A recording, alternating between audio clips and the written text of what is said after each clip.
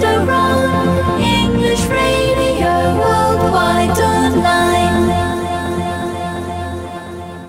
The Story of Bobsy.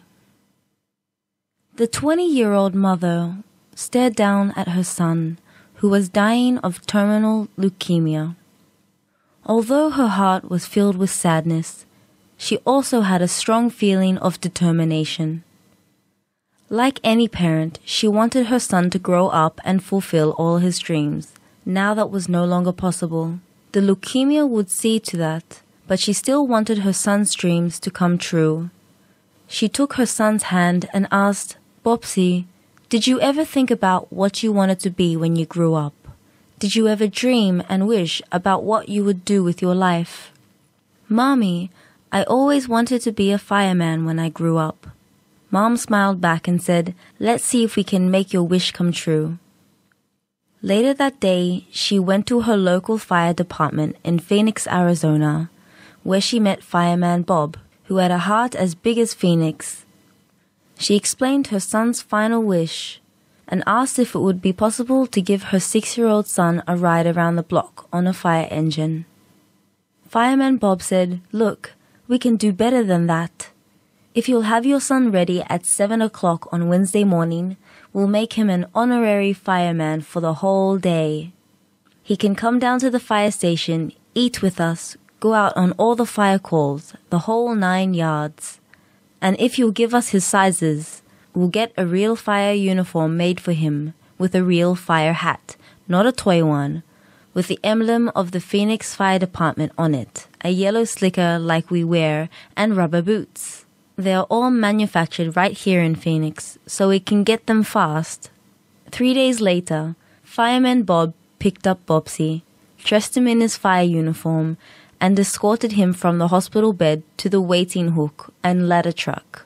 Bobsy got to sit up on the back of the truck and help steer it back to the fire station. He was in heaven.